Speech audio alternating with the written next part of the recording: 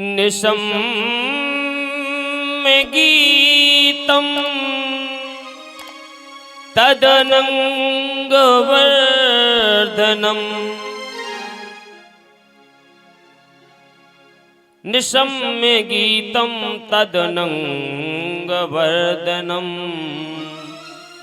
ब्रजस्त्रिया कृष्ण गृहीत मानसः। बंसी बजाई। जैसे ही ठाकुर जी ने बंसी को अधरों पे रखा, बंसी बोली आज तक हम बजती रही, आज हम नहीं बजेंगी। तो आज तो गोविंद आज तुम भले बजो पर हम नहीं बजेंगी। तो आज तो हम गाएंगी, आज हम गाएंगी और ऐसा गाएंगी कि हम गाएंगी और तुम भी नाचोगे। आज ये सारा ब्रज नाचेगा और तुम स्वयं नाचोगे। आज हम ऐसा गाएंगे, आज हम राग छेड़ेंगे, आज हम राग गाएंगे, आज हम गीत गाएंगे। निशम्य गीतम तदनंगवर्धनम। बंसी ने आज ऐसा गाया, आहा ऐसा गाया, अनंगवर्धनम।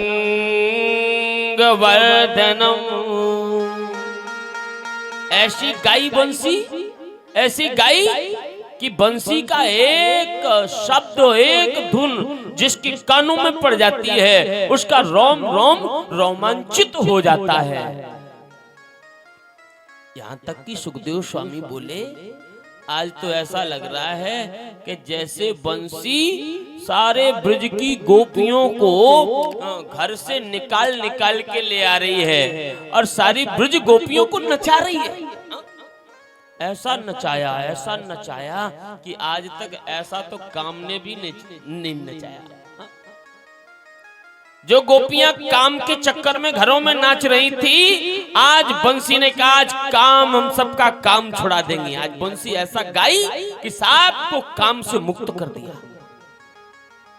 आज बंसी कमाल कर रही है।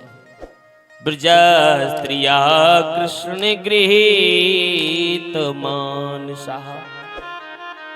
बंसी गाई तो जिन गोपियों का मन अपने घरों में काम में लगा हुआ था, उस बंसी ने क्या किया, उन गोपियों के चित्त का हरण कर लिया, उन गोपियों के चित्त को चुरा लिया और चित्त खींच करके कहां ले आई, जहां पर भगवान लीला करना चाहते हैं। लीला कर रहे हैं, जहां भगवान बैठे हैं, अधरों पे बंसी रख के बंसी घर घर जाकर के सब गोपियों को उठा उठा के ले आई, सबका चित्त चुरा ले आई। सुखदेव स्वामी कहते हैं ऐसी गोपियों की ऐसी अष्टभय दशा हुई, आज तक ऐसी गोपियों की कभी हालत नहीं हुई जो आज बंसी ने की है। आज पहली बार भगवान ने मोहनी बंसी बजाई है, तो आज ऐसी मोहनी बंसी बजी कि सुखदेव स्वामी कहते हैं कोई कोई गोपी तो लिम्पंतया, घर में गोबर लिप रही थी, और जैसे ही बंसी बजी और बंसी कानों में जैसे ही बंसी की धुनी गई, सोई उसका गोबर लीपना बंद, हाथ भी साफ नहीं किए, सुध बुध भूल गई, लीप गोबर रही थी और भाग खड़ी हुई सीधी। अंजनतया काश्च लोचने। कोई कोई गोपी हाथों में अंजन लिए, संध्या का रात्रि काल का समय अंजन लगा रही, मतलब काजल लगा रही है, अंजन लगा रही आंखों में, और तब तक बंसी बज गई।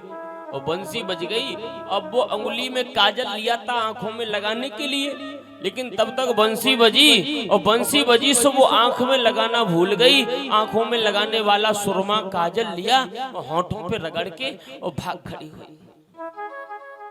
होंठ काले, आंख लाल, होंठों में लगाने वाला, पैरों में लगाने वाला राग आंखों में भर लिया, होंठ काले कर लिए। बड़ा विचित्र श्रृंगार करके गोपियां पहुंच गई। कोई कोई तो गोपी गौशाला जा रही थी, बाल्टी लेके कहा धोने, और बंसी बजी, गौशाला भूल गई, बाल्टी लेके सीधी पहुंच गई। किसी किसी के पति भोजन कर रहे थे और वो हाथ में रोटी उन्हें देने जा रही थी, वो बेचारी वो वही चिल्लाते रह गए, वो तो हाथ में रोटी लेके सीधी वहां पहुंची जाके। ऐसी अष्टभ्य दशा गोपियों की हो गई, ऐसी पागल ऐसी बाबरी हो गई गोपी, आज तक कभी नहीं हुई। सब काम छूट गए, सब काम छोड़ छोड़ करके भगवान के यहाँ पहुंच गए। देखिए जब भगवत कृपा होती है, जब तक काम भी ऐसे नहीं छूटता है। बहुत लोग प्रयास करते हैं, हम संसार को ये छोड़ देंगे, इतने बड़े ये त्याग देंगे, वो कर देंगे, लेकिन ये सब त्याग भी तभी होता है जब भगवत कृपा होती है। आज भगवान ने गोपियों पे ऐसी कृपा की कि आज गोपियों के सारे काम छूट गए। आज संसार से मन विलग हो गया, सब त्याग करके भगवान के यहाँ पहुंच गए। काम भी तभी छूटता है जब राम की कृपा होती है। आज ब्रजांगनाओं का काम छूट गया, और जिस समय राम जी जनकपुर गए तो जनकपुर वालों का भी काम छूट गया।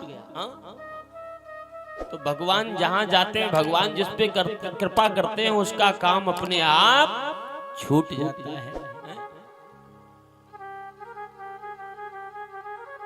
जिस समय भगवान श्री रामचंद्र जी मिथिला में गए तो तुलसी बाबा कहते हैं भगवान के आते ही आज सारे मिथिला वासियों के काम छूट गए। जैसे ही भगवान पहुंचे, पता चला भगवान आए हैं, सोई काम भूल गए। धाये धाम काम सब त्यागी, धाये धाम काम सब त्यागी। धाम छूट गए, सब ने अपने अपने घर छोड़ दिए, सारे काम छोड़ दिए। क्यों? क्योंकि राम आए हैं। जब राम कृपा करता है तो धाम भी छूट जाता है, काम भी छूट जाता है। आज काम से मुक्त हो गई गोपियां। गोपियां सब काम छोड़ करके भगवान के यहाँ पहुंच गई, और जैसे ही भगवान ने गोपियों का अद्भुत श्रृंगार देखा, वह श्रृंगार देख करके भगवान बड़े खुश हुए। अच्छा देखो, ये कितना मंथनीय विषय है, कितना चिंतनीय विषय है, कितना सावधानी से समझने का विषय है। अब थोड़ी देर के लिए कल्पना करो, वही भगवान जब सूर्पनखा सामने सजी बजी खड़ी है, वो कह रही है तुम सम पुरुष नमो सम नारी, या संयोग विधि रचा बिचारी। एक बार देखो तो हम कितनी सुंदर हैं, तो भगवान उसकी ओर देख नहीं रहे। सीता चितय कही प्रभु बाता, आई कुमार मोर लग भ्राता। तुम जितनी सुंदर हो उतना ही सुंदर हमारा छोटा वाला है, वहां चली जाओ, वहां जोड़ ठीक बैठेगा। क्योंकि हमारी जो सुंदरता है ना, वो असली सामने बैठी है। तो सूर्पनखा की तरफ देख नहीं रहे, और गोपियां उल्टा सीधा श्रृंगार करके पहुंच गई हैं। ओठों में काजल, आंखों में राग, लाल पीला मुंह, हाथों में कोई बाल्टी लिए, कोई रोटी लिए, कोई हाथों में गोबर लगाए, ऐसा उल्टा पुल्टा श्रृंगार करके गोपियां पहुंच गई। तो भगवान बड़े खुश हो रहे हैं। चिंतन करो आप, एक सुंदर खड़ा है तो देख नहीं रहे भगवान, और दूसरा बिना किसी सौंदर्य के पहुंच गया उल्टा पुल्टा श्रृंगार करके। तो भगवान क्या कह रहे हैं? गोपियों को देख के भगवान बोले, स्वागतम भो महाभागा, स्वागतम भो महाभागा, प्रियम किम करिबाणी बह, स्वागतम भो महाभागा। आओ आओ आओ प्रियाओ, आओ तुम्हारा बहुत बहुत स्वागत है। आओ महाभागाओ, तुम्हारा बहुत स्वागत है।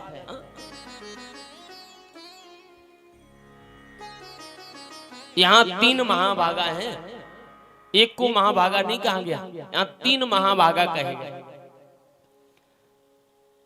भगवान ने जन्म देवकी के यहाँ लिया, लेकिन यहाँ महाभागा यशोदा को कहा जा रहा, देवकी को महाभागा नहीं कहा गया। यशोदा चा महाभागा, और दूसरा रोहड़ी चा महाभागा, रोहड़ी को महाभाग कहा गया। और तीसरा गोपियों को सुखदेव जी कह रहे हैं स्वागतम भो महाभागा। यहाँ गोपियां महाभाग हैं, यशोदा महाभाग है, रोहिणी महाभाग है, लेकिन जन्म देने वाली देवकी को महाभाग का संबोधन नहीं किया गया। क्यों? क्योंकि धन्य है वो गोपियां, धन्य है वो यशोदा, धन्य है वो रोहिणी, जो भगवान की इस मंगल लीला का दर्शन कर रही हैं। इस मंगल लीला का दर्शन देवकी को नहीं मिला। देवकी ने जन्म तो दिया है, लेकिन भगवान की बाल लीला का दर्शन देवकी को नहीं हुआ। धन्य है वो लोग जिन्हें भगवान की बाल लीला का दर्शन हो रहा है, वो महाभाग है।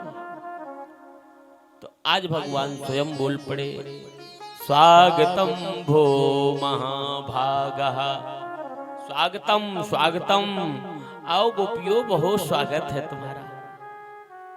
गोपियों को बड़ा अच्छा लगा, कम से कम भली बात कर रहा है, यही अच्छी बात है।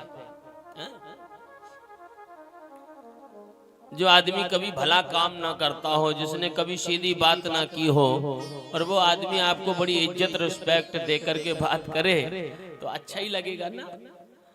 आज तक ये कभी सीधी बात नहीं करता, आज पहली बार इसने कहा स्वागतम वो महाभागा। गोपियों को बहुत अच्छा लगा। और थोड़ी देर में भगवान बोले प्रियम किम करिबाणि बहा। एक बात बताओ प्रियाओ, तुम क्या करने आई हो?